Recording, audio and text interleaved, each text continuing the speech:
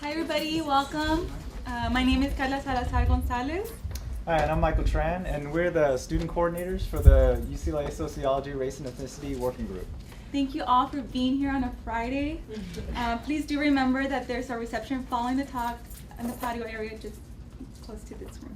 And some specific thank yous. We'd like to thank our co-sponsors, the Chicano Studies Department, the Chicano Studies Research Center, and the Department of Sociology. And we'd like to extend a special thanks to Celia Lacayo, Laura Gomez, and our faculty coordinator, the very special Vilma Ortiz. It was the last name. And we'd also like to say thank you. The Irene Fleckno-Ross lecture series is made possible by a gift from Ray Ross in memory of his wife. So thank you all. And for today, we've asked Celia Lacayo to introduce our speaker, Julie Dowling. Celia received her PhD in Ethnic Studies from UC Berkeley, and currently she is a postdoctoral student in the UCLA's Institute of American Studies and the Department of Sociology. Like some of us here in this room, she has the honor of being mentored by Vilma Ortiz.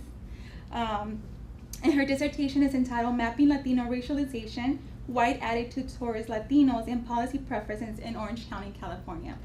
Celia's contributions lie in expanding theoretical and empirical notions of racism by accounting for contemporary Latino racialization. Thank you, Celia. Can you please come up and introduce our speaker? I had the wonderful honor of meeting Julie Dowling this past summer at the inaugural Latino Studies conference in Chicago.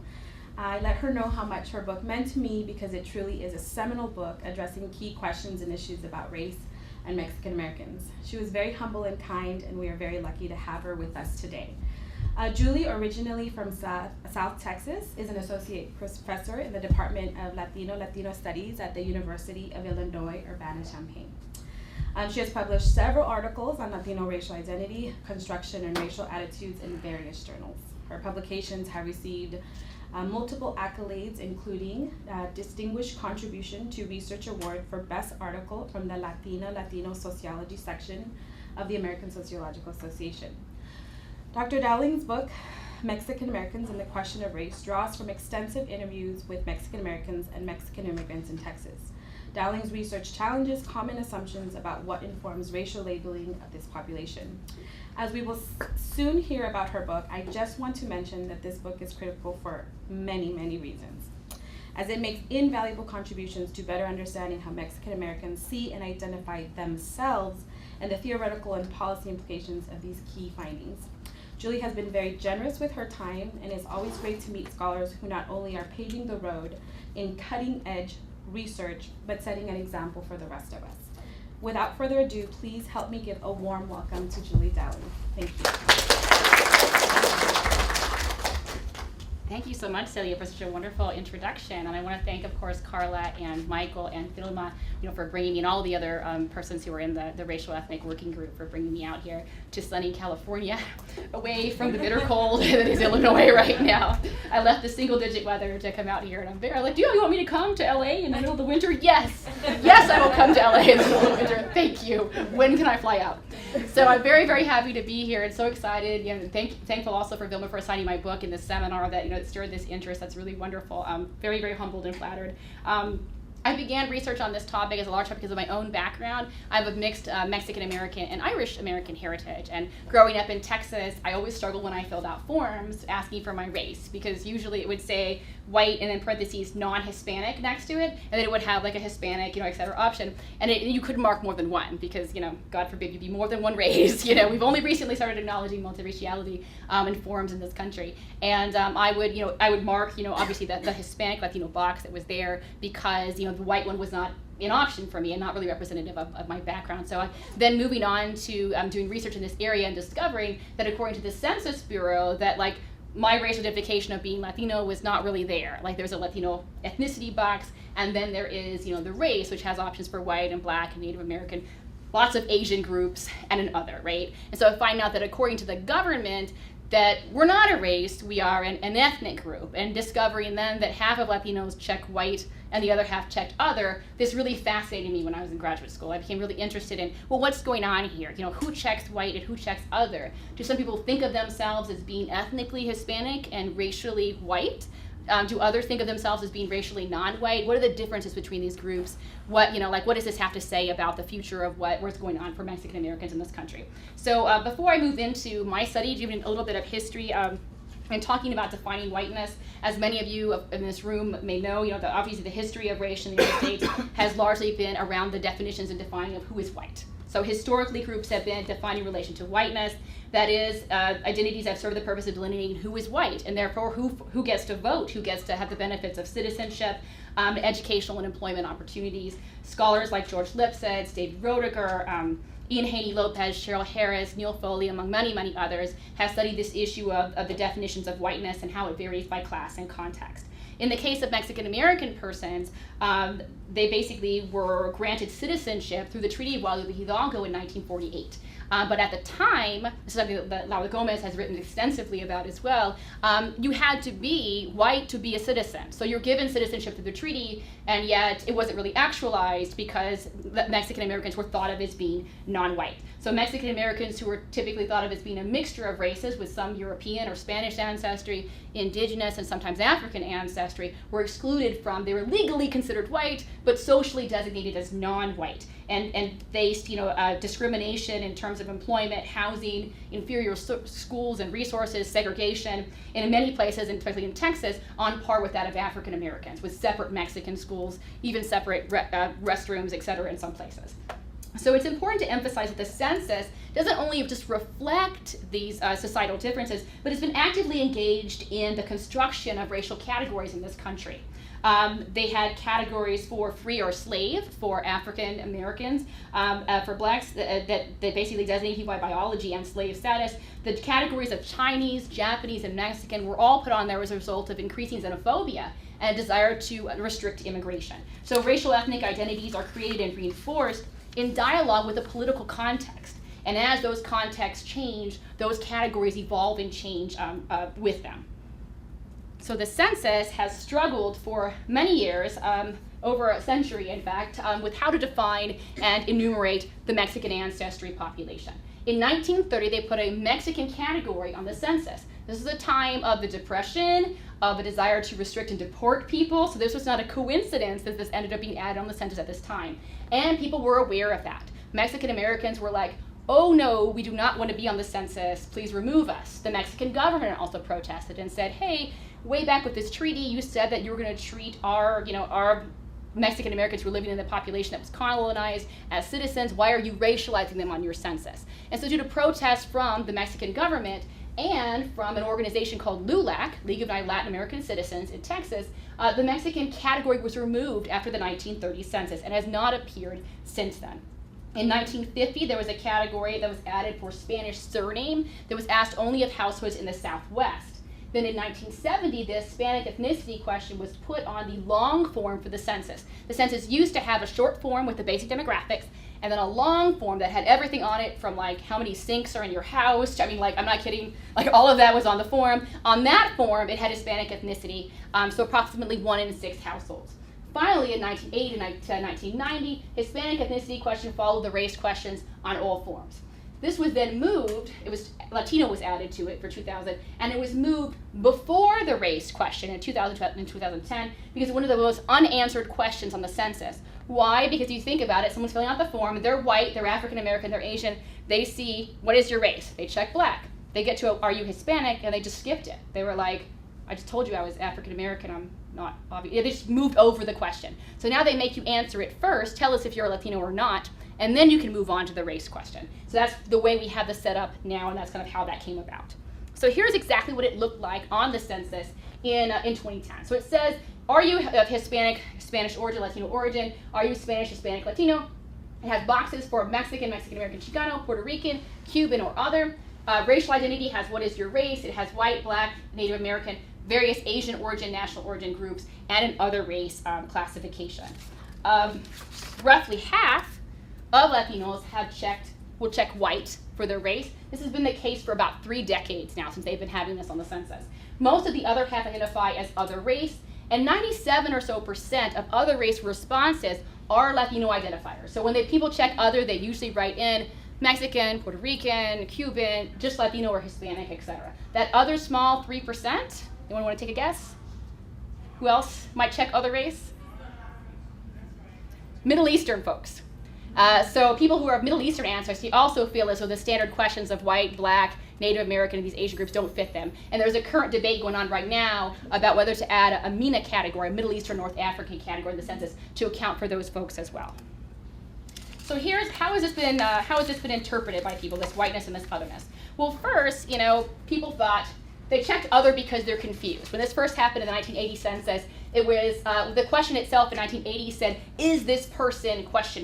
So, and then it had a lot of national origins there, like Chinese and Japanese. And so people thought, okay, they came to the question, they didn't know it was asking about race. They thought it was just asking for what are you, nationality, and people answered that. So it was understandable that they came up with this, so they thought there was confusion about the question. But then it persisted in 1990 where it clearly said race, and in 2000 where it clearly said race, and now in 2010 where it clearly says race, that people are still answering this.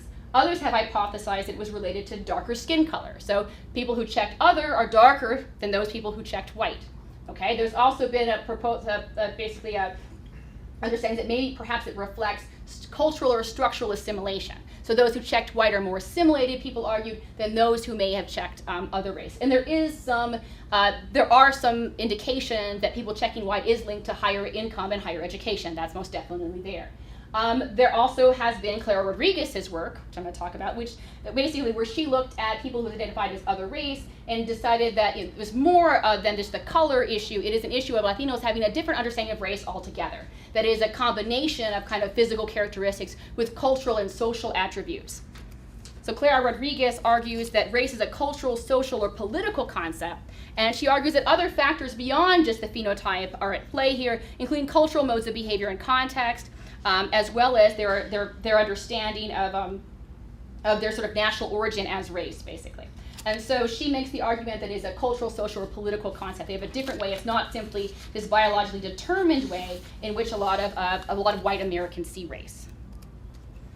Whiteness has been interpreted as lighter skin color, perhaps. So these are lighter skinned individuals, that they are more assimilated culturally or structurally, more higher education, or more likely to be English speaking, or that they feel that they are included or belong more in society. So basically acceptance and assimilation, so people have interpreted whiteness to me on the census for Latinos. Sonia Tafoya's very widely cited Pew Research report came out called Shades of Belonging. This was back in about 10 years ago. And she argues that basically that she noted that there's higher incomes and more likely to speak English if they checked white. And she says the differences in the characteristics and attitudes between those Hispanics who call themselves white and those who identify as some other race suggest they experience racial identity as a measure of belonging. Feeling white seems to be a reflection of success and a sense of inclusion. The Latino experience demonstrates that whiteness remains an important measure of belonging, stature, and acceptance. And so again, she looked at this quantitatively and thought, since I see these associations with income and education and language, that this means that they feel that they belong more. George Yancey took this a step further. Sociologist George Yancey argued that because so many Latinos identify as white on the census, and also because in some survey research that he looks at, it shows that Latinos were less likely to want to talk about race. That this means that they're espousing this kind of colorblind ideology. They're buying into this sort of hallmark of white racial identification. So he argues actually that both Asian Americans and Latinos are becoming white on the basis of the fact that they're checking white on the census, Latinos are, and that they are shying away from talking about race. So he says, speaking of both Asians and Latinos, he says, minority identity is breaking down as these non-black minorities begin to accept the social attitudes that reflect the values of colorblindness and individualism, hallmarks of white racial identification.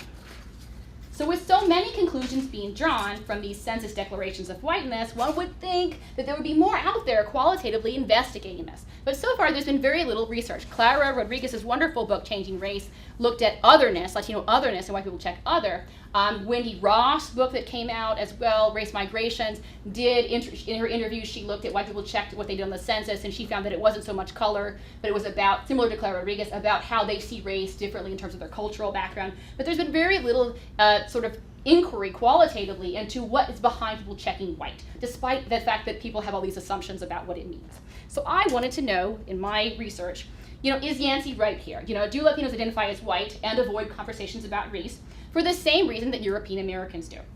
Does whiteness for Latinos really mean the assimilation and inclusion, or does racial otherness mean exclusion or a different way of seeing race? That Latinos have a different way of seeing race.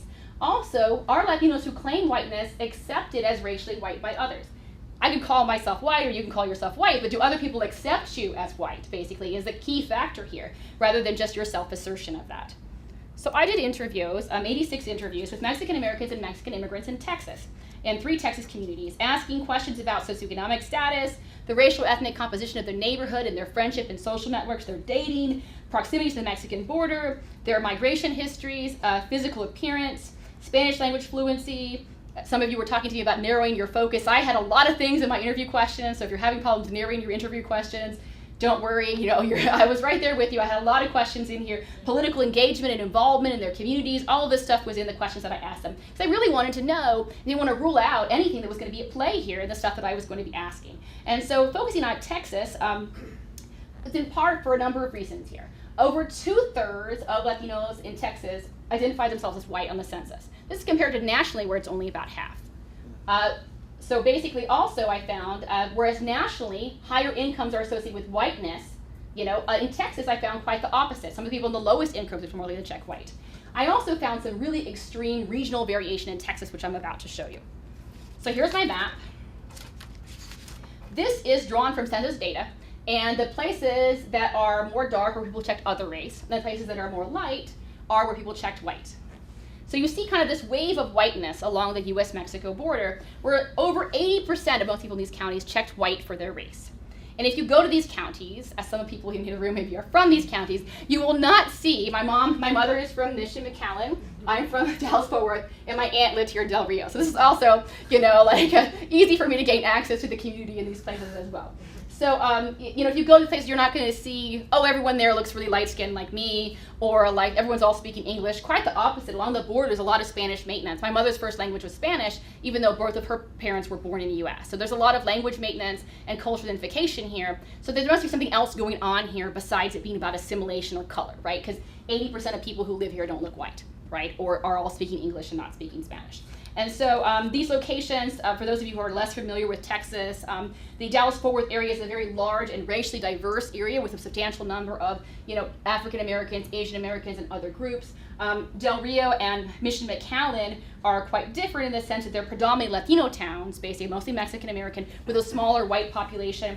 Del Rio has a military base, which draws in some other groups. So they actually have a small African American and Asian American population that you don't see as much of in some of the other border communities.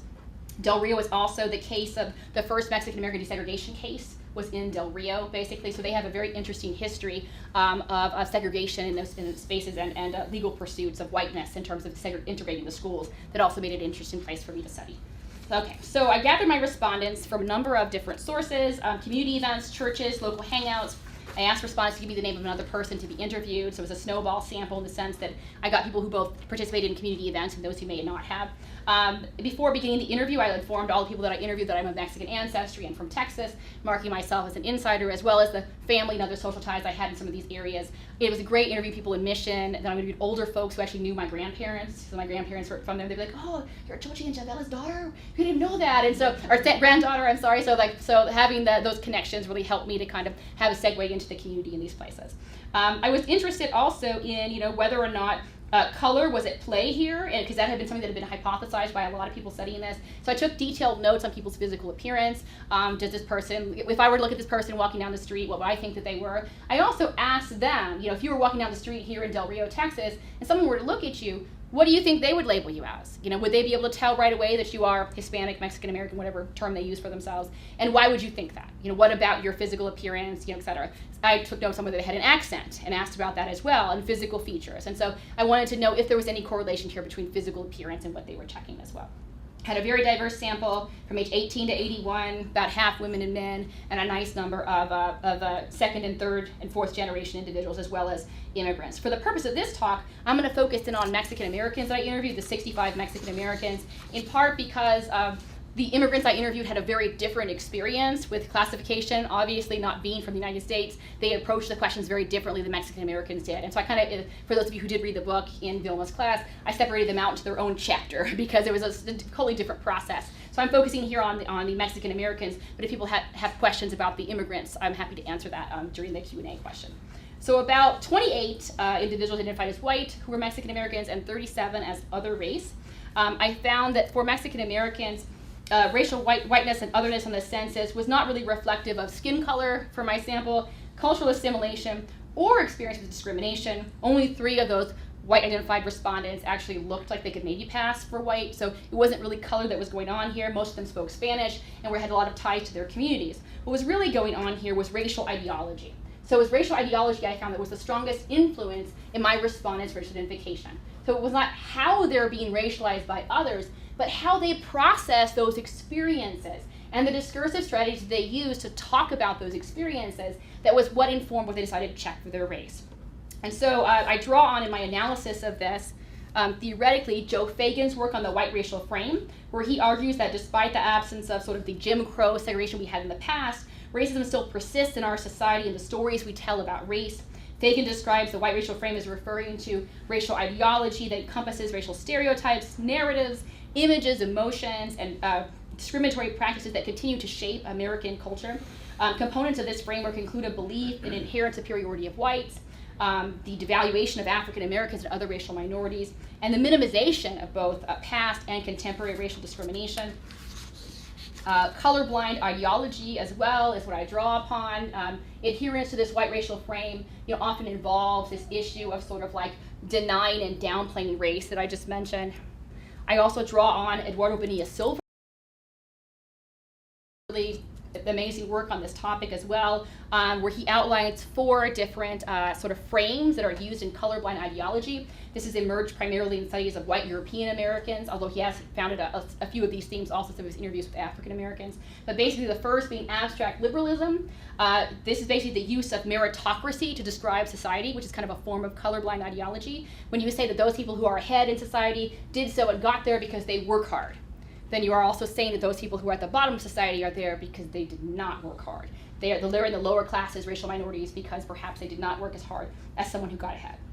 The second, naturalization, is the way in which people commonly minimize race and segregation as kind of an inevitable part of life. So for example, it's totally natural for people to want to sit together in the cafeteria who are all white, or all the blacks sit together in the cafeteria too. It's just natural. People just want to be with their own kind. So the downplaying of this as being a structural issue and that it being more of an individual thing about preferences and people feeling comfortable around their own group. The third, cultural racism, is the avoidance of using race when you're really talking about race. So when people will say cultural differences or culture, my favorite example when lecturing my undergraduate says that I had a friend in graduate school who was African American and her boyfriend was white, and his parents did not want them to date because they were too culturally different.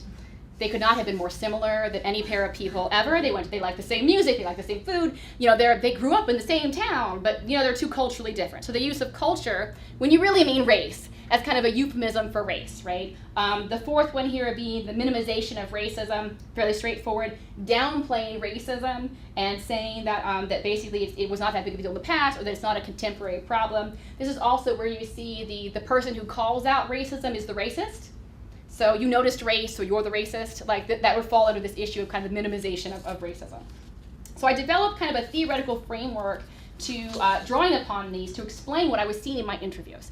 And this is kind of what it looked like here. So I had people fell on a spectrum here between embracing whiteness and colorblind ideology and exuding more of an anti-racist political thinking and claiming racial otherness. But it wasn't as stark as like the people over here who labeled as white were like very apolitical and adhering to this, and the people who labeled as other were all profoundly anti-racist.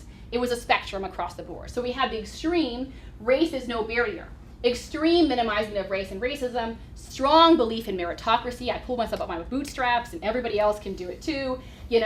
Using these differences in work ethic to explain inequality. Your environment has nothing to do with who you become, right? Racism is in the past. My next point, racism was very important in our past, but now we should move beyond it. We should stop separating or segregating ourselves, basically. So that kind of issue. Racism is transient. These individuals presented racism as being a contemporary issue, but they minimized it as only a phase that all groups go through on the way towards, basically becoming white. So they kind of put us in the ethnicity model of moving like white immigrants into whiteness, basically. Every group has experienced discrimination at some point.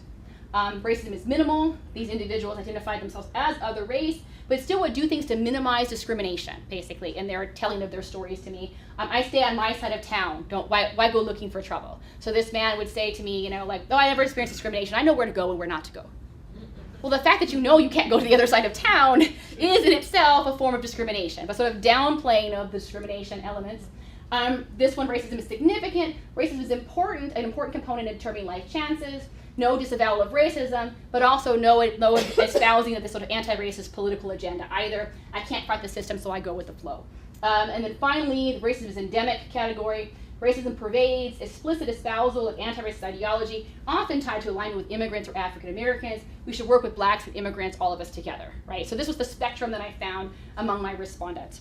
There were fewer people at the polls on either side, and more of them, inching towards the middle. But I'm going to give you 4 examples. We're going to go over 4 individuals that I had, 2 from this half of the continuum and 2 from the other half of the continuum.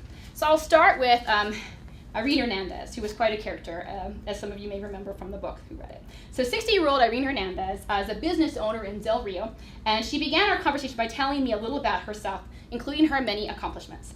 I am an achiever, she said. Very soon in life, I learned that I wanted to do something more with my life than just live in the barrio. I wanted to be more than just poor. I wanted to excel financially and academically as well, so I was always looking up. Irene was born and raised on the Mexican side of town in the barrio of San Felipe. Her parents had little formal education, and life growing up was marked by financial struggle. Yet Irene credits her parents with instilling in her a desire to get a college education and succeed in an Anglo-dominated society. Neither of Irene's parents had gone past the 4th grade in school, and her parents were not immigrants to this country. They were 5th-generation Mexican Americans who were kept out of the local schools due to discriminatory policies. They were required to have certain clothing and fees. It was a way of keeping Mexican Americans out of the schools at the time. And so even though her parents had very little education, they strongly encouraged her to pursue her degree, and she completed her college degree and is now a successful businesswoman. But she didn't sacrifice her heritage to get there. She's very, very involved in the Mexican American community in Del Rio, active in a lot of organizations in town. Her husband is Mexican American as well, and the couple made sure to pass on Spanish language and other cultural practices to their children. So while she proudly marked Mexican American for her race, for her ethnicity under the Hispanic origin question, when it came to identifying her race, Irene responded that while her culture is Mexican, she is racially white. She explained, because we are, as a race, we are a white race. Ignorance is the only thing that would cause anybody who's Mexican American to check anything else but white, because that's what we are. We are not yellow, we are not black, we are not brown. There's no such thing as brown. All my children are fairer than you. Are they brown? No, of course not. We've been here too long. We're just Americans. I mean, I do not ever say I'm Mexican, and the Mexicans hate us anyway. So this is where I also pause and say, I thought that it was going to be so simple to do my analysis, and then I get this, right? And it's like there's so many things packed in there, like where do you start, right? It's like in this one quote, in one breath, she's given me a whole lot of reasons that are going on here, okay? So at first she says there's no such thing as a brown race. So she's kind of doing a biology thing here, like the races are these ordained races, and brown is not one of them, right? Next, she's talking a little bit about skin color, albeit that of her children. She was a light-skinned Latina, but she wasn't as fair as me, for example. She had her children, she says. Her husband was lighter than her, so she said her husband was very fair-skinned, and so her children ended up very light. But she insisted that while color differences among Mexican Americans lead to tensions, even the darkest Mexican American, because I probed her on this, you think it's because of color? She's like, no, even the darkest Mexican American is still like white. We're all white, basically. We're all white. And so, but also in this is that we've been here too long, we're just Americans. So we have this conflation of Americanness with whiteness going on here too, and that's embedded in this comment as well. So living on a border town, also no doubt being in Del Rio would help reinforce that desire to keep that border, because she's right there interacting and right next to Mexico every day, right? And wanting to remind her others that she's American and not Mexican. So at first glance, it might appear that Irene's story mirrors this traditional assimilation model, right? Over generations, her family has whitened because she attained this higher educational status and has moved beyond this these issues of discrimination that she's faced. But she talked a lot about severe discrimination that she faced in her childhood. People even now, she says, assume that she's less educated and intelligent because she's Mexican American. As a youth, she wanted to fight this discrimination, And she started an organization to protest the exclusion of Mexican Americans from a lot of public recreational facilities in town. And in that activism, she argued that Mexican Americans were white. That was the way that they did it then. That was the way that they made these arguments. And so because of her, she was successful in some of those strategies. She believes that is the right strategy. Arguing for whiteness is the proper strategy to go about change. So while Irene identifies with whiteness, her identification with whiteness is rooted in her early experiences with protest and segregation, her comments also revealed multiple aspects of colorblind ideology, contemporary colorblind ideology. She credits her success with her ability to be articulate, and she attributes the values her parents taught her, basically. She says that, that it doesn't really matter where you come from, it's all about kind of what you bring to the situation. She says, your environment has nothing to do, in my opinion, with who you become. I believe that's a result of what your parents teach you inside those four walls. When you walk out that door that's falling apart, you're very poor. If you look at it, maybe it's an unrealistic way of thinking, but my daddy would always say, and my mom, when you walk out of here, you're representing this entire family, and you are very intelligent, you are very beautiful. These are people that didn't even go to the 5th grade, and they were instilling self-esteem in us. So Irene credits her parents with her success, noting their strong work ethic, and saying that they pass on those values to her despite their limited opportunities. So her statements kind of embody elements of the cultural racism component that Bonilla Silva talks about, which is this issue of sort of using culture and environment here. She means race, right? She means your race has something to do with this, but she uses environment and culture here to talk about this instead. Even when she described the extreme discrimination that her family faced growing up as severe, she also never once used the word racism or racial discrimination. Moreover, while she was very active in fighting discrimination in her youth and is currently involved in a lot of civic or community organizations, she says she would not join, because I asked all of my respondents if they would join an organization based on being Hispanic, Latino, etc.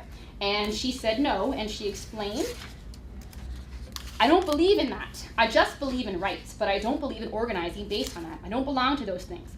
I don't like that La Raza garbage. To me, it's just garbage. It worked for the blacks, but not for the Hispanic people. I ask, why not? Because we're not bold like the Negro or the black. I don't know what you call them now. The Hispanics didn't have money. The blacks don't either, but they are very, and she paused, reflecting, the Hispanics have a lot more pride, I think. So here you say also that she would think it would not be prideful, right? It wouldn't be prideful for her to claim discrimination, right? Because it's a reflection of something bad on her if someone's treating her badly, right? And so she doesn't believe in arguing on the basis of that. She believes she also had very strong feelings about the word Chicano that also stem from this idea. And so this is a long one. When I hear Chicano, I think of Cesar Chavez, I think of low-class, uneducated Mexican Americans. I think of rebellion. I think non-American, and the people that use these words are ignorant. Many of us in this area were so discriminated upon and hurt by the Anglo population. They hurt us, why? Because they were ignorant, and they lacked the knowledge of their forefathers had come into Mexican land, dug holes, put the Mexican families and threw these in these pits and killed them. That's how these big ranches came about, by killing the owners. And the owners were humble peasants, Mexican peasants on their land, because Tejas and Texas was their land. I say it not with vengeance or with anger, but with sorrow, that I will not live long enough to really talk about it. What is the truth about these lands? The Americans have been abusive to people from day one when they came from Europe. They were the renegades. The Mexicans weren't renegades. This was their land. The Anglo population treated them like dirt. Chicano is an Anglo word as far as I'm concerned. It's a slang word. I think we need to be proud to be Americans of Mexican descent, and that our culture is a beautiful culture because the Americans, the European Anglo, quote unquote, have no culture. We do. Irene's racial ideology is complex, and it sometimes seems contradictory. On the one hand, she's profoundly aware, bitterly aware, profoundly aware of this history of discrimination. Yet rather than link what happened to systemic discrimination, she says it's an issue of ignorance, right? So an issue of ignorance, a lack of knowledge. So this sort of separates racism from that structural complexity, right? Another aspect of sort of colorblind ideology is dismissing the structural in favor of these issues of sort of individual ignorance. So racism is seen as the bigoted exception, a result of an individual choice to discriminate, and not a larger pervasive societal problem. Irene, although throughout the interview frequently downplayed the impact of discrimination on her personally, citing her self-esteem and her confidence allows her to overcome this. So, and also perhaps the most striking element of colorblind ideology in Irene's narrative is her fundamental understanding that identifying as outside of whiteness makes you un-American. So it's unpatriotic or un-American to label in this other way, basically. And this is part of that sort of naturalization frame of colorblind ideology where those groups are just separating themselves, right? So that all the blacks sit together in the cafeteria. If you call yourself a racial minority, you're the one calling attention to race, right? So that comes out a bit in her narrative as well. It's very important to emphasize the strategic element of Irene's approach here. While she's adamant about self-labeling as white on the census, she couldn't think of a single situation where she would ever call herself white in her daily life. She doesn't call herself a white Hispanic person. She doesn't label as white. She would never call herself white outside of this context. And so claiming whiteness is a tool for her that she's using to assert a public racial identity with outsiders, either in her activism that she was involved in her youth, or even asserting this to the government. So this was sort of the extreme end. Irene represents the very extreme end of whiteness here. I had other individuals who were in this study who identified as white who were less extreme. Miguel Gonzalez was on the racism one step further down the continuum on the racism in the past.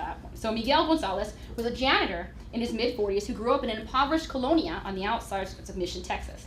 His mother was a Mexican immigrant and his father was a Texas-born Mexican-American. Miguel had many siblings and his family worked picking crops in the fields throughout his youth. He managed to finish high school but admitted it was very difficult with all the financial challenges he had. Nowadays, he says, the government protects us. Miguel believes that we should leave the past in the back and leave the bad aside. He views discrimination as a significant part of his past. He even had an experience where he was asked to leave a restaurant that was for whites only when he was a child, and he remembers the signs and stuff in the neighborhood. He says he has a strong faith in God and believes that he needs to forgive these incidents. He says, I always think positive. Miguel works long hours and spends his free time with his wife, who's also a Mexican-American, and visiting parents and family in town. When I asked if anyone in his family had ever been involved in any organizations or clubs in the community, he responded, no, we were lucky if we had food on our table, he laughs. We're just normal people working and still are. When Cesar Chavez came here to the valley back then when we had las huelgas, the strikes, that's what we called them then.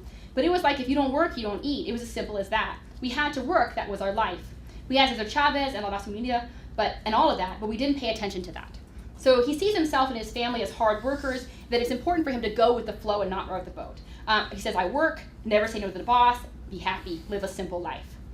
So for Miguel, I think it's important to make a distinction, like Irene was much more middle class now, she's made it, right? He's much more lower class, lower income. His checking whiteness is about not rowing the boat and causing problems for himself. And so it shows how it's not just the economically advantaged that are claiming whiteness, but those people who are poor, who may feel they have a lot to lose if they rock the boat or assert racial difference. And so, he was also a very, very dark complected man who was frequently asked, if he is an immigrant, basically they're assumed to be an immigrant. Even in his response, when I first asked, what to put for his census, he said he would check white. And he said, because I'm an American, right? But the fact that he had to ask me if that was okay, or if he was really an American and could check this, is a part also of that feeling of I don't really know if I can answer this. I don't really know what my rights are as far as putting this down. So he believed very much that the best solution to deal with racism is not to dwell on it. This aspect of sort of colorblind ideology that, he also, he didn't believe that there was no racism in the past, or that it's just that it has never impacted him. He just downplayed it in the present, basically. So moving on to the other half of the continuum, those who identified as other race, this is perhaps my favorite quote in the whole study. Where is Mexican? I don't know what to write. We Mexicans were never white. Later they tried to call us white, but we were never white. I would write Mexican. I don't know who made the question that way. Probably some gringo who graduated college, but he doesn't know what it's like down here. So Manuel Rea is a retired farmer in his 70s. Here he sums up the confusion that many Mexican Americans felt when answering the census question for race and Hispanic origin. Meme wonders why Mexican is not listed as an option. In choosing to write it in himself, he's articulating a boundary between Mexicans and whites that's based on how others have labeled and treated him. Meme further expressed pride in his Mexican heritage, saying, we've been called so many things. To me, it doesn't matter what they call me. I am what I am, and that's what I'm going to be. Thus, his identification as Mexican is both a reflection of racialization by others as non-white, but also a self-asserted identification that reflected pride in his cultural heritage. In his words, reveal an understanding of how class, race, and region all inform how these divisions are seen. While he has very little formal education, he feels he knows more about what it means to be Mexican in South Texas than any educated outsider. Meme immediately spoke about differential treatment in his response to the census race question. Yet, when asked if he'd ever faced discrimination, he responded like many in this category. He says, I might not have been discriminated against because I knew where to go and where not to go. If I knew I was going to make trouble in this and that, I don't need them, I go somewhere else. So he said that he never experienced discrimination because he knows not to go to certain parts of town. But at the same time, that in of itself is a form of discrimination, right? That you know that there are places where you're not welcome in the town. So he minimizes these experiences with discrimination and focuses on staying positive, and sort of we want to move beyond these bad experiences we've had in the past. Next, I want to move to Jerry, who's on my extreme anti-racist side of the continuum. So Jerry Basquez was a police officer in his early 30s in the Dallas-Fort Worth area. Jerry is the father of 2 young children and the founder of a local program for disadvantaged youth. The program helps young men in low-income neighborhoods turn away from gang violence and towards competitive sport, learning important lessons about discipline, self-confidence, and teamwork along the way. Jerry explains, a lot of these kids, these kids are 12, 13, 14, 15, and even up to 20 years old gangbanging folk, and they don't think that they're going to make it past 16. And I'll ask them, where do you see yourself in 10 years? I didn't think I was going to make it past 10 years. Okay, where do you see yourself next year? Well, if I make it, and they tell me their goals and aspirations. And so a lot of these kids I bust smoking marijuana. Instead of arresting them and ruining their lives for a misdemeanor, I say, I'll give you a Class C ticket, and I'll make it disappear if you show up in my program. And then I realized, looking back, I'm like, this is where I came from. No one sees that now, but I bring a picture to show them I came from here. I came from where you come from, and look at where I'm now. I mean, I'm a cop, I'm not rich, but I'm happy. And I've got my kids, and I've got this and this and this. And they're like, wow, we can do that? So all I got to do is push them. Jerry has brought some of these young men onto the police force himself, and credits a Mexican-American police officer with helping him out of the violence of the streets and into his current career path. He says, I think it makes us better cops than most, because we don't look at people that live in low-income areas as dirt. Growing up, Jerry had a negative image of the police, as they often racially profiled and harassed him. Even as an officer himself, he's sometimes pulled over while off duty. Just recently, when I had interviewed him, a young white officer had pulled over Jerry, who was really big with the police officers. Like, he was like a high-ranking member of the police force. When Jerry attempted to warn him that he was an officer and had his gun in the vehicle, the man silenced him. I said, license and registration, Poncho. The situation escalated as, unfortunately, Jerry's proof of insurance was a few days past expiration. While he had renewed it, he did not have the new card with him. Jerry describes the scene. And so he started pulling me out of the car. He's like, I have to tow your vehicle. What do you think I should do? And I was like, well, I think you should call and verify the insurance. And he was like, where do you get off telling me what to do and blah, blah, blah. And then he realized it. He's like, do you work anywhere? And I was like, I tried to tell you that I'm a police officer and that I'm armed. And the place where I got my wallet is where I've got my handgun. If I had been a bad guy, you would have been shot by now the way you were treating me. So he freaked out. He's like, oh my God. And I said, I want the name and number of your supervisor because I'll be giving him a call. And it turns out he'd only joined the academy, like not a lot of training, just about 2 months. And that's happened to me several times. I've been yanked out of my car window, pulled out at gunpoint when I was 18 years old. The way I dressed, they yanked me out, handcuffed me. I'm like, what are you taking me in for? He said, you look like a robbery suspect, a robbery that occurred at a 7-Eleven. And then I hear on the radio, the subject's description. And yeah, it's like my description, but the car is like a freaking Honda and I was driving a Chevy. So have I been discriminated against? Yeah, totally. I've been called a wetback, piece of shit, even while in uniform. I don't want you here, I want a white cop. So yeah, it's a fact of life, it's gonna happen. You get looked at, they give you dirty looks in places you normally go. Jerry went on to describe a range of experiences with discrimination, including poor services that he's received at restaurants and stores, and the tracking he encountered in schooling. In high school, he was placed in English as Second Language courses, ESL, even though he was raised by a third-generation Mexican-American mother and spoke almost no Spanish. He argued with the school and explained that he spoke English, was a good student, and wanted to go to college. They moved him out of ESL, but he discovered too late that he was placed in the non-college-bound track. Jerry says his personal history makes it easy for him to understand how young people from low-income backgrounds, particularly Latinos and other people of color, feel discouraged. He responds to these incidents by trying to help young men learn to see future possibilities for themselves. Jerry occupies the most extreme end of the racial ideology continuum, believing that racism is endemic, a pervasive part of everyday life, and something that must be combated. While Jerry does not see himself as a political type, his community work is grounded in anti-racist politics. Jerry identifies as Hispanic on the census and expresses a great deal of pride in his Mexican heritage. This pride did not come easily for Jerry, both because of the discrimination he faced from whites, and also because of the abuse he received from Mexican-American peers in his youth. Mexican-Americans had taunted him and even beat him up for his inability to speak Spanish. He recalled their words, what do you mean you don't speak Spanish? Tienes un nopal en la frente. You have a cactus on your forehead. It's a common expression used to describe somebody who looks phenotypically brown or Mexican. As a result of these experiences, Jerry became vigilant about learning Spanish. although not by taking classes. Instead, while in school, he interacted with the immigrants in his community and served as a translator for them. His Spanish skills were then strengthened when he worked in construction for years after high school, mainly alongside Mexican immigrants. Jerry's fluency, he feels, gives him a greater sense of clarity and purpose about who he is. Reclaiming his heritage serves as a powerful home culture counterframe, as Fagan would call it, that is rooted in his community activism. In his program, he primarily assists low-income immigrant and U.S.-born Latinos. Moreover, on a personal level, he's now attempting to teach his young children Spanish. Their mother, his ex-wife, is white, but they inherited his skin color, and he's afraid they're going to face the same kinds of issues that he did in the community. So his story reveals the difficulties also that are faced by multi-generational Mexican Americans who are clearly racialized as non-white and yet experience exclusion from other Mexican Americans and Mexican immigrants because of perceived assimilation. This is a phenomenon that has been well documented in research on U.S.-born Mexican immigrant relations. Pablo Vila's work, for example, some of Tomas Jimenez's work as well. But this has rarely been explored as a factor in terms of identification and racial identification here. So here we see him adopting this framework of learning Spanish and bringing these sort of home cultural frames back to his identification in order to strengthen his resilience. He doesn't have the option of labeling as white. He must strengthen the way he fits into his Mexican heritage to where he will be more accepted in that background. Okay, so summing up my findings, I find that white Mexican Americans, those who checked white here on the form, have internalized colorblind ideology to varying degrees. They want to be seen as American. They view claiming whiteness as a strategy. They minimize experience with racism in line with the desire to project an American identification. Whiteness is not a label they use in their daily life. It is only a public identification that they put on the census. Other race Mexican Americans exhibit what Fagan terms home culture counterframes, resisting the dominant white racial frame by affirming and asserting pride in their culture in the face of discrimination. Some still adhere to aspects of colorblind ideology, but not at the level that white respondents did. Some exhibit strong anti-racist ideology, aligning themselves with African Americans and with immigrants. So the main points here.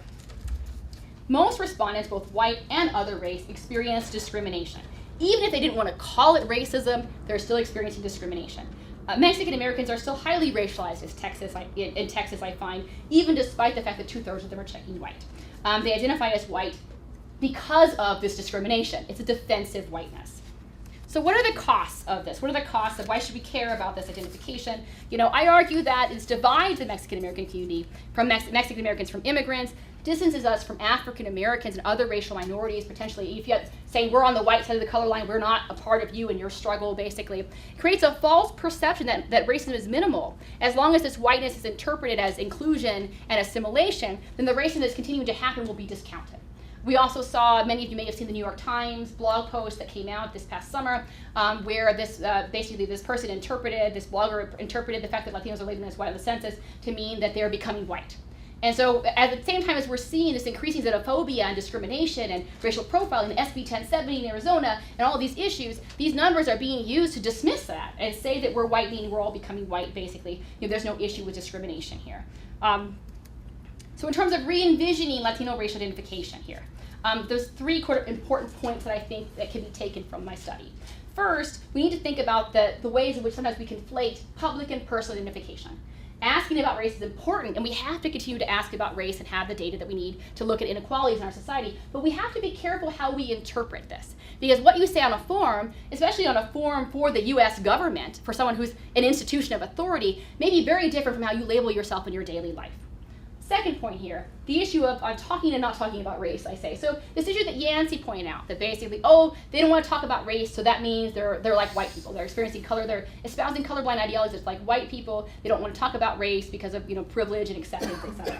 I found that whiteness and race minimizing discursive strategies did not come from a place of privilege, but rather from one of pain. It's very different from this. They're not wanting to talk about their experience with discrimination because it's painful for them, not because they don't want to talk about it because they feel guilt. This is a very different experience than what has been found in studies of European Americans on this topic. I had a great anecdote that I used in the conclusion of the book, a woman that I interviewed in Del Rio who had taken her grandchildren to the cemetery to see their ancestors, and they were like, well, this is where they're buried, this is the Hispanic cemetery, this is the Hispanic cemetery, and the kids were just like, what do you mean the Hispanic cemetery? Because they had separate cemeteries. What do you mean the Hispanic cemetery? And then she's like, oh gosh, what did I get myself into? How am I gonna, and dreads these. So, people themselves don't want to talk and embitter their children by talking about race and the history of racial discrimination. And that's very different from the experiences of European Americans. Finally, also here, the importance of region. Hispanic may mean race in some places, and it may mean ethnicity in other places in this country, right? In the way in which Hispanic identity is constructed in Texas is different from the way it's constructed in California or in New York or anywhere else in this country.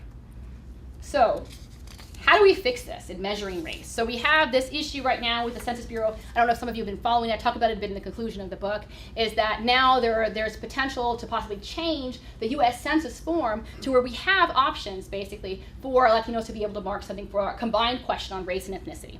So the proposal put forward right now is that there could be a combined question that asks, what is your race or origin? Kind of combines it together and has Latino or Hispanic in there as an option alongside white and black and Asian and these other groups.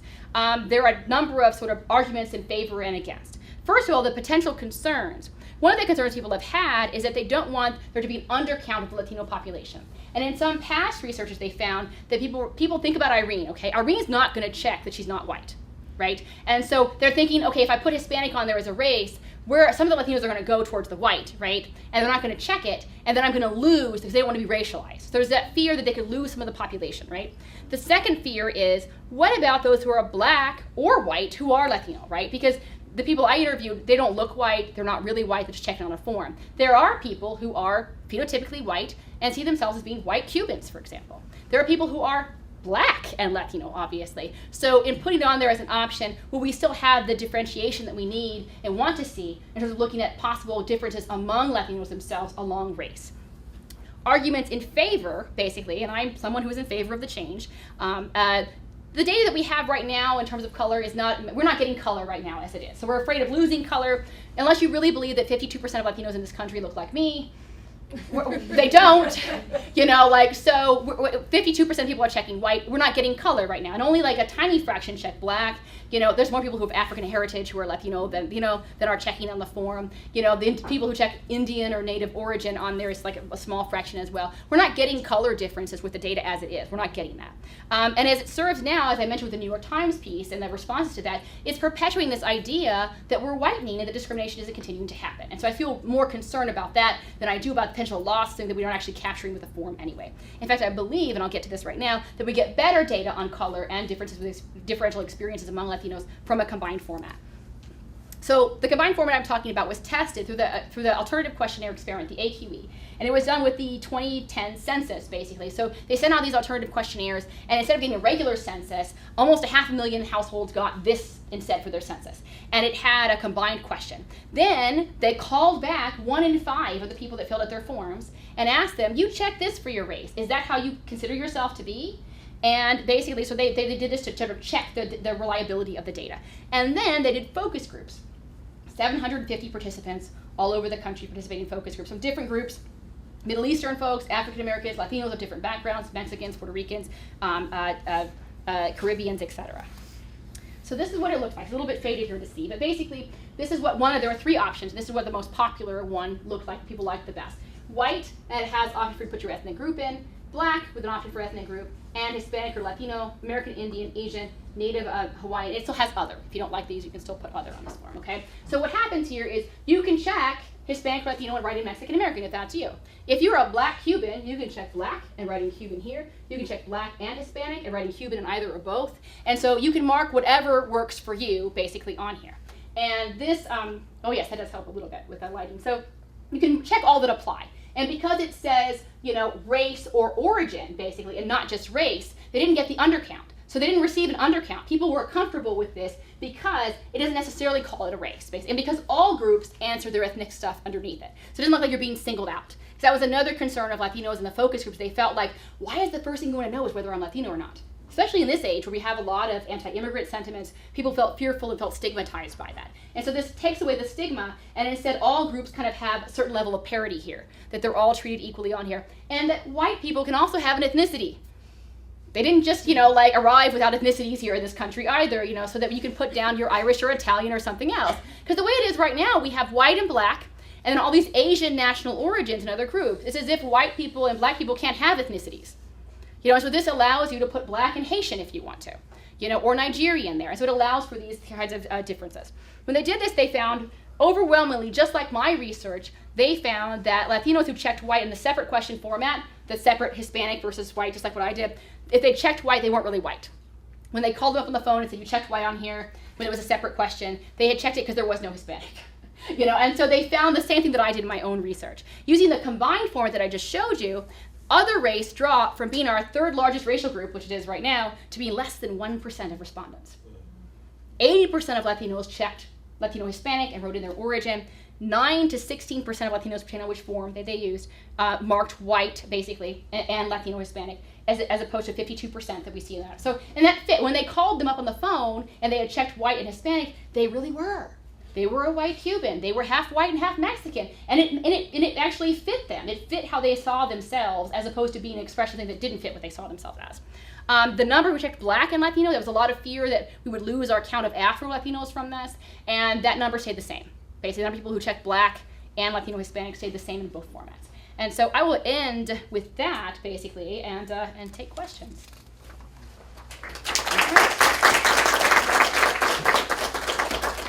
I was asked to facilitate the Q&A so that you don't have to. We'll start with Good. Irene. Thank you for such a wonderful talk. My mind is just reeling. So I'm going to try to come up with one question. Okay. Well, it's on the tip of my tongue. So how do temporal indicators other than generational status, for example, play into your respondents' ideology? So I'm thinking of Irene. My name is also Irene, by the way, so that was really funny. Who's in her 60s. Mm-hmm. Then you had the man who was in his 70s. They're kind of on this Older side. generation. And then you have the early 30s guy being kind of the most anti-racist. And to me, that kind of maps on to these distinct coming of age experiences. In terms of Mexican Americans. So do you see anything? I saw some of the older people that I interviewed that had that politics, the old LULAC politics of whiteness is a strategy to go. But I also had older individuals I interviewed that were like, they had been a part of La Raza Unida, and they were totally different mentality completely. And so I saw more of the old, and you see this even quantitatively, the older you are, the more likely they are to check white, basically. And so there is something there, but you also, the ideology, it depends on what their ideology when they're older, basically. And I had younger folks as well who espoused colorblind ideology, so it wasn't a set. I mean, you do see it on the form that older means checking white more, and I can see that the politics of that time period were more towards whiteness.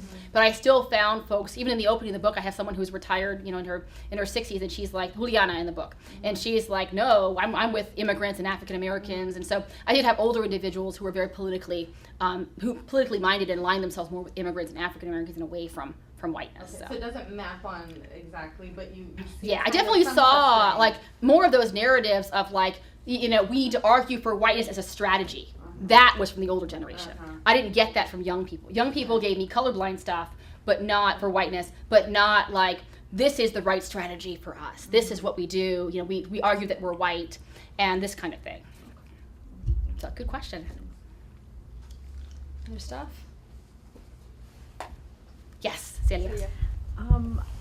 I know that we should not ask to speculate, but I'm more curious of your thoughts about what you believe would be the similarities and or differences for Mexican Americans outside of Texas, Yes. and Latinos in general, so not just Mexican Americans. I think that there's probably elements of this, and even from talking to some of you all out here in California, some of our earlier conversations, I think that there are definitely probably some elements of this that you would find across the country. Colorblindness being linked to identification with whiteness, and anti-racist being identified with not identifying as white. I think there are specifics to Texas and their histories that may also reinforce this. It is a state that had this long-standing, as a slave state, and that makes it different.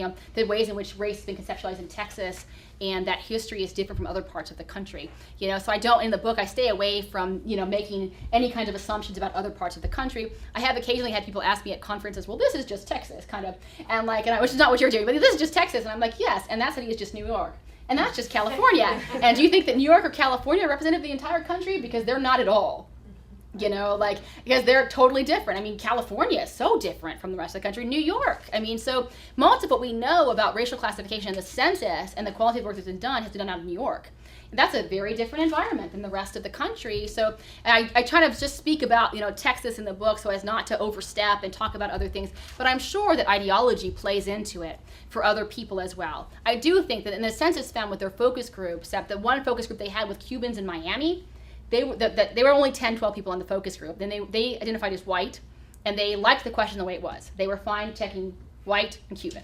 And if that's a valid social identification for them, that's how they see themselves, then more power to them. That's great. You know, my research findings about what whiteness means for Mexican Americans in Texas does not map on to Cubans in Miami. That's a totally different situation, right? And so I think that acknowledging that, you know, that some of these aspects may be there throughout the country too, the link between ideology and racial classification, but that different groups have different histories in different regions, and that we need to be very aware and sort of cognizant of that too.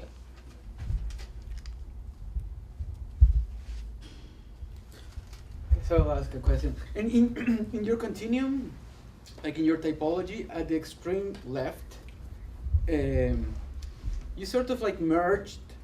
Yeah, thank you very much. Here we go. Yes. So like this whiteness and color blindness with the idea of like a meritocratic society. Mm-hmm. And I was wondering like what are like the basis for doing that, especially when you have like in the international context, to the surprise of many, you know, this like meritocratic idea, it's like, for example, the Eco-Socialists, like a survey that was run like a couple of years ago, showed that Peruvians are more liberals, you know, than Americans, and probably the most liberals Mm-hmm. in the world. Mm-hmm. And it doesn't necessarily match or follows nor contradict either. Yeah. You know, this idea of whiteness or color blindness. And I would also like to ask you a more empirical question is, like, So wait, so the first one is sort of where does sort of the meritocracy yeah, this is like fit into whiteness? what would you see like Okay. meritocracy necessarily aligned with whiteness, Okay. and like the refusal of meritocracy Okay. aligned with anti-racist sentiment? Okay. I can see that eventually, Okay. but not necessarily. Okay. And on the other hand, like in your interviews, like of course you force people with interviews, unlike with ethnographies, to like place themselves in terms of race. And of course, I guess in doing that, you kind of force, you know, some people, and you might not force others in the same way, to align their own identity in racial terms. But I wonder if, while doing your interviews, you can also identify some patterns, like in Irene questions, like eventually, like in some kind of populations, in terms of age, in terms of their income, race was a more salient category for self-identification, while in other kind of groups, eventually, Mm-hmm. race was something that you will just receive in exchange for an explicit question. Mm-hmm. So then in some ways we're kind of privileging race when other identifications might be important to them as well, like whether it be, you know, their identification with religion, for example, or something else. So the kind of different categories, or nationality, for example. I definitely say, think like, that I'm Mexican, Yes. but I don't see myself a Latino. Yes. Where others say like, well, I'm, you know, Latino, absolutely. Right. Those kind of things. I definitely saw that immigrants I interviewed, I mean, they were like, what can I answer? Like, I don't know what to put here, you know, because they're not from here, especially the more recent ones that had just arrived. I interviewed someone who'd been here for like 6 months, and he was just like, I don't want to put it on.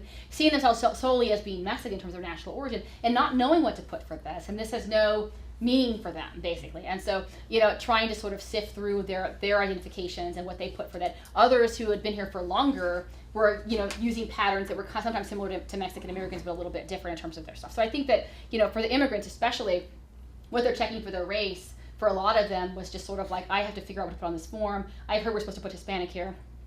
I'm going to check that. You know, the first question you had about the meritocracy, this was something that I noticed in, you know, there's this conflation. I don't know if you're familiar with Eileen O'Brien's book, The Racial Middle. She talks about how for Asian Americans and Latinos, there's this desire because they're constantly cast as being foreign, right? And so African Americans get stereotyped in many ways, and is very, very detrimental to them, but don't get cast as foreign the same way that Latinos and Asians do. So there's this desire among some of her respondents that she noted to adhere to this ideology of Americanness and what comes with that. If they were to call attention to the racial discrimination that they're facing, then that would potentially put them as anti-American, because to be American is to believe in this meritocracy and these ideals. And if you're already afraid you're being typed as being foreign, you even more so want to buy in and espouse this idea in defense of that. And that's kind of what I saw going on here, is this issue of the meritocracy being tied. This is for Mexican Americans. It was not for the immigrants, basically, that I interviewed, but just for Mexican Americans who were socialized into this understanding of we don't talk about race, it doesn't matter, race doesn't matter, you pull yourself out of your bootstraps. The stronger they were aligned with that ideology, the more far they were on this continuum. Does that help? So, and did I answer your other one, sort of? No, yes, it is. Okay. Good questions, good questions. When you say that they align themselves with the concept of meritocracy, aren't they acknowledging race? How so? Because they're kind of saying, we don't talk about racism, but it's acknowledging it, but the way we defend ourselves against it is by pulling ourselves up from our bootstraps. Well, I mean, that definitely was there for some of them, this idea of sort of, I think more for the ones that were kind of on this step here is like, we've had race in the past, but you have to, that was Miguel, right? He's like, we have to put that behind us and be accountable for our own, and move forward from here. So I saw that, but people on the very extreme here were like, no, there's no excuses. Like, it doesn't matter where you come from, and really embracing this idea. And all of these folks had made it, right? So they were all, to make that argument, you had to have, right? So they had basically made it economically, and were putting forth this idea that everyone has that ability if they work hard enough, right? And diminishing aspects of racial discrimination that's there. So that raises an interesting question about class. So are your middle class folks mostly here? I had middle class folks over here too, but so this is more class diverse, and this is more middle class?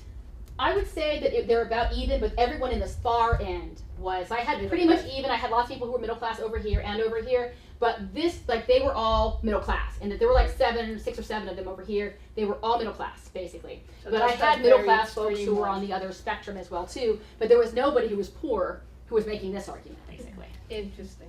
Okay. Did you have a follow up that I No, cut I was you going off? to ask that exact same Okay. question. Okay, that's good. But what about education?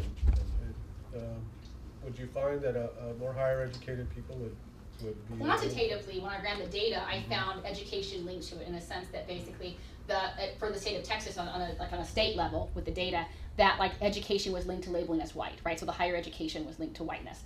I did see. I'm trying to think about the breakdown here for the groups. I still had folks with college degrees who were over here as well, and so I didn't have a split like that with education with the markings. I definitely saw something where people can go to college and then they're upwardly mobile and they're checking white because they want to try to fit in with that. Also, the people went to college and became very politicized because they went to an all-white campus. They were the only brown person there, and they never thought about it before, but now, boy, they know they're not white. After they went to UT Austin or somewhere else, do they know that they're not white, right? And so I kind of had that happen both directions with education when I interviewed people who were college educated. I'm wondering if, in terms of just looking at the generations, if you found anything specific about the second generation, because I'm thinking about some of the interviews that I've done, and I think the second generation, when they're learning to identify themselves in the U.S., right? So I think in part you have your parents who migrated here, right, and who believe in meritocracy, right, who believe that you can make it in America, that is the dream. So you're getting those messages, right? But at the same time, they're having their own experiences, right? They're going to high school, they're going to college, they're learning that they're different, and so they're having these racialized experience. And so I don't know, did your second generation have a unique set of experiences that affected, I think they're kind of in the middle of both worlds, right? Mm-hmm. And some of the work that I read from Rumbao in the book that they did with Fegan, how the U.S. racializes Latinos, right? Talks about how the second generation, right, definitely identifies racially more as Hispanic or Latino than the first. So within one generation, the children start to pick up on these labels, and so I was just wondering if your second generation Mexican Americans had. Definitely those who were born here, who were second or third generation, identified more. In the category Hispanic in Texas, and I talk about this in one of the chapters of my book, it means a U.S. born Mexican American person to them. And so they're more identified with that category. They even would use it as opposed to Mexican because it makes you sound like you're from here. So Hispanic is their category. Immigrants were more like, it's on a form, they would call themselves Mexican, Mexicanos in their daily lives. They're checking Hispanic on there because that's the box they learned they're supposed to check. So they have less identification with the term Hispanic and pan-ethnicity. The other interesting thing about that too, that I talk about in the book, is that I found that the people who were immigrants, they use Mexican, Mexicano for themselves, but they would not call the U.S. born persons Mexican. They're not Mexican, they're Mexican American or whatever, but they're not, I'm Mexican and they're not, and they would occasionally use Hispanic for themselves when grouping themselves with U.S. born. So they would say, well, I face a lot of discrimination because of the way they treat us Hispanics here.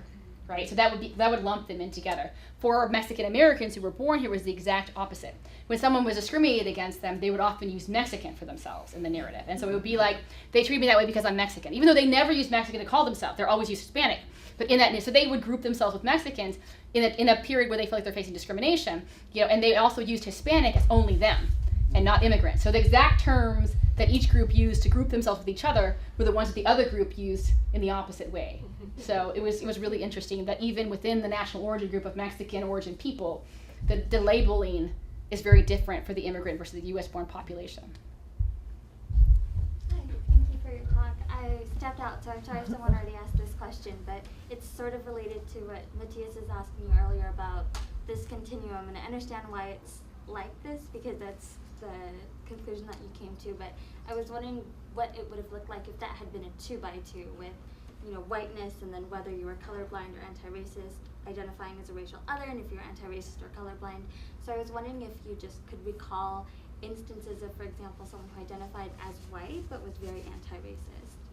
I didn't find anyone like that in my study. Doesn't mean they're not out there. There may be people who are out there. They were not in my study, but there certainly could be people. And that's where I get to sort of there's also different ways, and this is something that it has come up in discussions with others, that there may be people who label as, perhaps they check white because they feel like they're seen as white by others, and some people will look at this as color. Maybe they want to check white because they're seen it and they're acknowledging the privilege of that. There could be people out there who would check white for that reason. I didn't find any in my research, but there could be people out there who could check white and say, I check white because I look white and I acknowledge the privilege of looking white, and I check white for that reason. That could be out there, and I'm sure it could be out there, basically, but I just didn't find that at all going on in Texas, Yeah.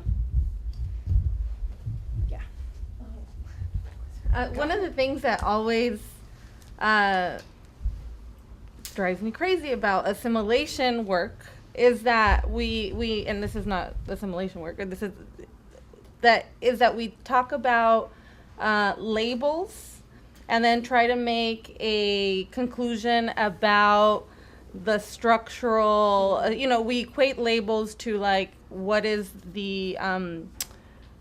this group going to become in the future? Are they gonna be black, white, right? Making yeah. And what you're showing here is that labels don't equate to the content that people ascribe to those labels all the time. Yet we need something, right? What do we do? So it drives me crazy, but I'm like, oh, what else do we do? So I wonder if you can just talk about what you think your implications of this work that is so rich and looks at not just the label, but what people ascribe, what the content of that label is, and what implications it has for how they understand, the position of Mexican Americans in this racial hierarchy. How do you think that, we study this in a rich way that isn't account for all these things? Yeah, it's really hard, and I don't think that I have gotten before. Occasionally, one time I gave a talk on my stuff. I had sort of a not so happy with me individual in the audience who was thought that I was trying to say that we shouldn't measure race at all, that we should not measure race. What are you gonna do? You're gonna take away my data. As a quantitative person, he was very disturbed. I'm like, no, I have no intention of taking away your data. I believe in data collection. I think we should be asking for race on these forms. We need to document discrimination, or how else are we going to talk about it and address it? And so I definitely think we need to ask these questions and ask about race. I'm for a better way of asking it that incorporates and has different options. I like the check all that apply that's being proposed, and that would help a lot with this. As for what the meaning of that is going to be basically for different people, what I hope people take from this, some of those main points I put at the end, that Hispanic or Latino means different things in different parts of the country. That, that basically someone's public race and private race may be different. That ideology, because ideology has very been understudied in this issue. It's been primarily focused on assimilation and color. Color and assimilation have been some of the key issues which they've studied Latinos and their racial classification, and not ideology. And I'd like to see ideology and politics come back into our discussions about racial and seen as a more complex and evolving classification for people as well. Hope that helps. Yeah. And many other things that you brilliant students are going to come up with from this. You take just take it and run, whatever you can come out with for this, you're so brilliant, all the ones I've talked to so far, and I'm so excited about all of your projects, so just, They're all brilliant. Yes, There's yes. not one that isn't. Thank you so much for the presentation, fantastic findings, and I'm really interested in sort of the gendered component, and specifically because discrimination or experience of discrimination informs so much of what your subjects talked about in terms of whiteness. And how was like the experience of discrimination different between men and women in your study? And was there a difference, or did you think about I would that? definitely think in terms of experience of discrimination, men described more physical encounters, being beaten up, being having more being pulled out of his car at gunpoint, those kinds of incidents.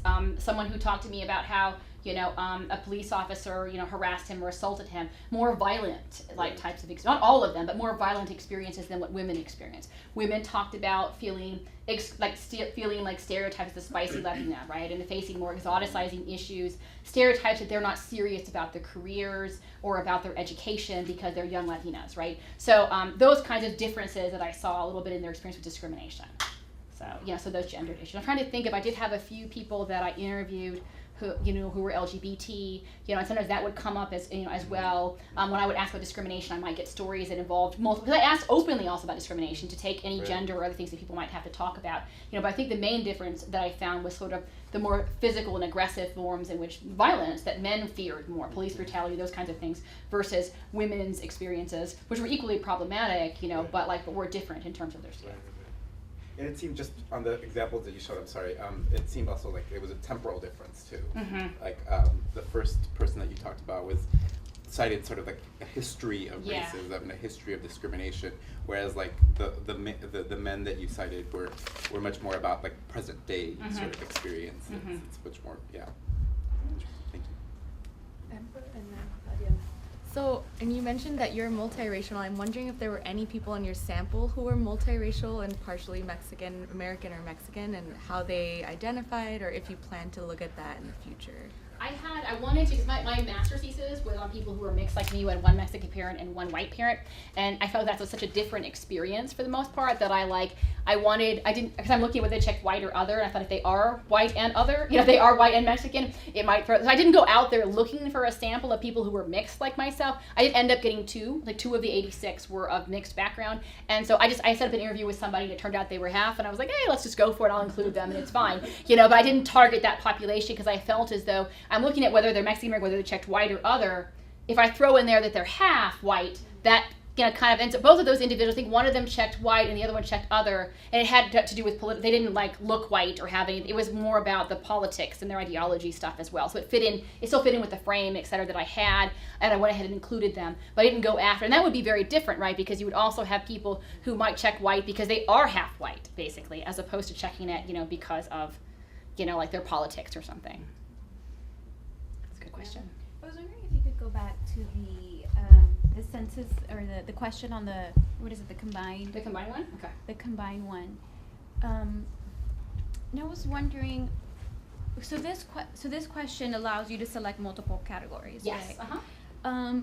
But just so the Hispanic question, which is the way I'm pretty sure that's how it says it in the regular format. It tells you what national origins would go under the Hispanic question. Well, what was new about this was that this was the Hispanic ethnicity had Mexican, Puerto Rican, Cuban, and other underneath it. Mind you, it said only check one. And even in 2010, it didn't allow you to check. People do check more than one, but they're actually not. The directions say to mark one. They also want to change that for the next census, regardless of what happens with the format. So people could fill in more than one right there? They can write in more than one here. They're actually going to have, a lot of it's going to be online for the next census, and so it'll be a drop-down box, and you'll be able to tick off which ones you are, basically. That's the future. That's nice. So, but all the rest of these will have examples now, as opposed to the regular census form, which didn't have examples. It had separate Asian origin groups, but didn't have examples that are black, etc. So one of my questions is, so it says, what is the person's race or origin? And I'm just wondering if, when I hear or, I'm already thinking, so what if the person checking these boxes, right, checks race because they decide, okay, they're asking me race or origin, so I'm going to identify as white today, right, and checks white. Why not? Right, and then, but I know my origin is Salvadoran, but because it's so I guess I'm the or, Maybe they should put and. Right, because otherwise I'm thinking Well, we can the lose. or is for those people like Irene, right? Because they don't want to call it a race. And so the fear is that by calling it a race, and then also the people out there who are very upset about having this listed as a race, because there are people There are people who are mad. Velma and I know this. There are people who are mad right now about, who have concerns. There are people who have concerns. Let's put that. There are many people out there, in and out of academia, who have concerns about this being called a race, and some legitimate concerns about it. So this is saying, so if it says race or origin, and then it says Hispanic, Latino, or Spanish origin here to help with that, right? These don't say native origin here, only that one does. So the idea is that we're kind of being sneaky here. Our Hispanic Yeah. race. So the idea is that we're sneaking it in here along the races, but we're not going to call it a race because that upsets people. And, and we're even the top of the question not going to say this is all race here. We're going to say origin there too. And I think it actually is pretty brilliant, personally. I like it. I like it because we don't get an undercount. We get everybody checking this, even the people who don't want to be called a race. And yet if you think of it as a race, if you think of your origin as synonymous with your race, you check it. The other thing I really like about this is that it takes out all of that list of Asian nationalities, national origin groups in the race question, which was part of the confusion of the race question. If you were somebody that was a member of a group where national origin was prominent, right? Like for Latinos, it is like you're Mexican, and and you really feel strongly about that, and you're looking at a question where there's 10 Asian categories. Yeah, Chinese, Japanese, Korean, it's all there. That was confusing. I mean, the question was problematic. The answers were problematic because they made specific national origin groups a racial category, as if each was a racial category, which in some ways, in some places could be true, but in the U.S. today, that doesn't capture the kind of the way we think about race. Today, it doesn't work. So I really like that they took out those specific categories. That really was not working. And then within a marriage among various Asian groups, people could list more than one. In a marriage among Latino groups, between there was groups. A little bit of decrease in detail reporting where they don't have their own, whenever you don't have your own box, I know, some people are not going to write it in. But a lot of it's going to be online for the next census, so you won't have to write it in. And it's going to prompt you. You check Asian, and a thing's going to come up and say, which Asian are you? Do. So you're going to have to mark it. And so there's ways to get around that lack of, there's also a slight decrease in Hispanic origin national. So there's a fear. The main concerns that are around right now going with this are you're making this a race, and people being uncomfortable with that, having it be an option. The other thing is that we could lose detailed reporting for these two, for Asian and Latino, because they were somewhat lower. But with so much of it being online for the next census, I don't imagine you're going to get additional boxes. It's going to be on your phone for the next census, most likely. Is that the plan? That's the plan. For 220? They're planning it. I don't know if it's going to happen. I can't vouch for that, but they're working on having it, basically people being able to do this online, basically. So. Great. I do like this. As someone I who like has it too. criticized the census questions in every class I've ever taught. I like this. So now I do too. we should have like a Middle Eastern group. They're testing that right now. They're testing a Middle Eastern, North African category. And it might be added as a. It might be added. It's being tested in this format. They're testing it on there. Because technically, those groups fit the white. They're put under white. They're class. If you were to check other and write in Egyptian here, you're recoded as white right now. But I think their experiences I know. Are racialized. Yes, it's and it's gone different ways. At first, there was some movement before 9/11. There was some movement to have a Middle Eastern category, and then after 9/11, people were a little bit less interested in being counted by the census and the government. Understandable fears about that, and so it kind of went away, and now it's kind of reemerged again. But then it may have also. I bet there were subgroups that were more interested in having it, given the fact that there was so much racialization that happened as a result of 9/11. Yeah. Once people realized how much that was going on. So. Anything else? I just had a quick. Yeah. Just theoretically, Irene prompted a little bit of this, but there's just camps, and this hardcore racialization and then assimilation, and I think why your book is so well done is because it captures the complexity of how Mexican Americans themselves think about their experience. One where you talk about at length, they talk about discrimination at length. However they talk about it, they still acknowledge it. And you do take up Yancey. And so Yancey goes further and says because all that quant data says that they they think of themselves as white, thus and therefore they're white. It seems like you also have deep theoretical implications back to him in the color line that, it's not really black, non-black, but that even Mexican Americans themselves are, understanding the color line is they're not being treated as white, even though they may even check on us. And so I just wondered if you,